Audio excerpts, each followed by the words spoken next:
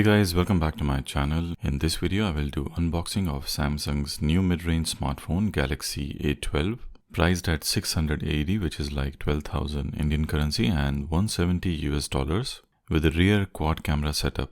So let's start the video, but before I start, kindly subscribe to my channel and hit the bell icon so you'll get notified every time I post a new video. This is 64 GB, 4 GB RAM, white color variant. Let's unbox it and see what's inside the box. You get a standard earphones, USB-C to Type-A cable, which is good, a mandatory SIM ejector tool, and good to see it comes with a 15-watt fast charger. There's also a quick start guide and warranty card. So that's all you get inside the box. Now let's see the smartphone itself and boot it up for the first time. The back is plastic with matte finish and has quad camera setup at the rear, which is incredible for this price point. From the front side, you get a punch hole design with small bezels on the sides and slightly bigger bezels at the bottom side. On the right side, you get a power button, which is also a fingerprint sensor, and volume rockers. At the bottom, you have speaker grill, USB Type-C port, main microphone, and good to see the 3.5mm headphone jack. On the top side, there is a secondary microphone, and on the left side, you get a SIM tray. Good to see that you can use dual SIM cards and a microSD card at the same time. The in-hand feel of the smartphone is quite decent. Matte finish design and round edges gives a solid grip. The display of this smartphone is quite average. Samsung is using 6.5-inch HD+ LCD display. You don't get deeper, dark, punchy colors on this smartphone, but for an LCD display, it's still quite decent. And because of the bigger screen, you can still enjoy media experience on this smartphone. Viewing angles are also decent. Now let's test the sound quality of this smartphone.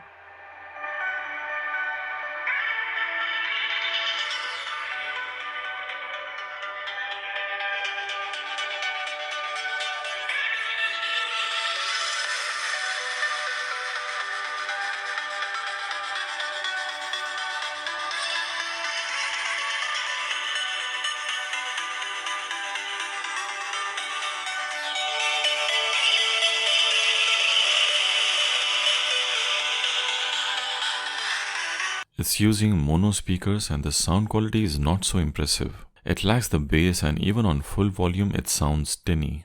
It's running Android 10 out of the box and One UI version 2.5 and is powered by MediaTek Helio P35 processor. I did feel that right out of the box without installing any application, the smartphone feels quite laggy in opening applications. The animations are also not so smooth.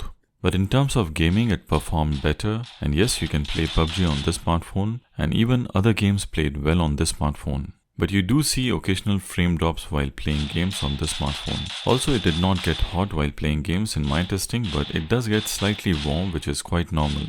The smartphone comes with a fingerprint sensor and face unlock security feature, and both are okay. Fingerprint sensor was slightly slower than the face unlock feature, but both were quite accurate. Now let's talk about its camera. On the rear, it comes with a quad camera setup of main 48MP sensor, a 5MP ultra-wide lens, a 2MP depth camera for the live focus feature, and a 2MP macro camera for macro shots. Let's see some sample images and videos coming out of this smartphone.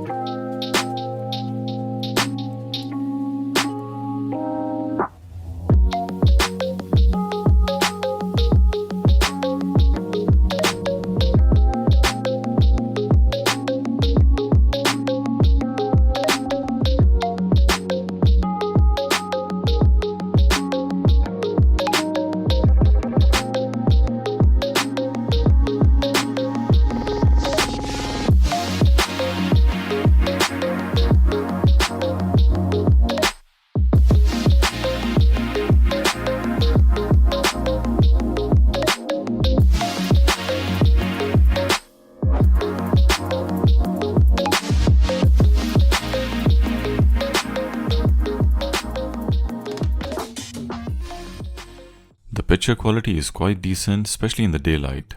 Live focus mode and macro camera shots are also impressive for this mid-range budget price.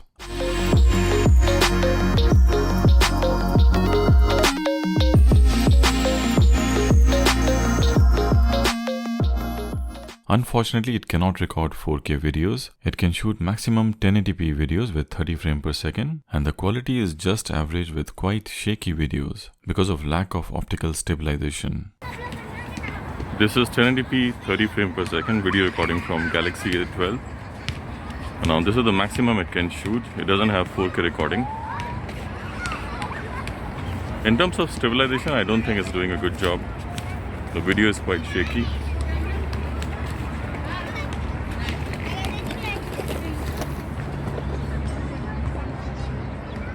But overall, the handheld footage looks quite decent.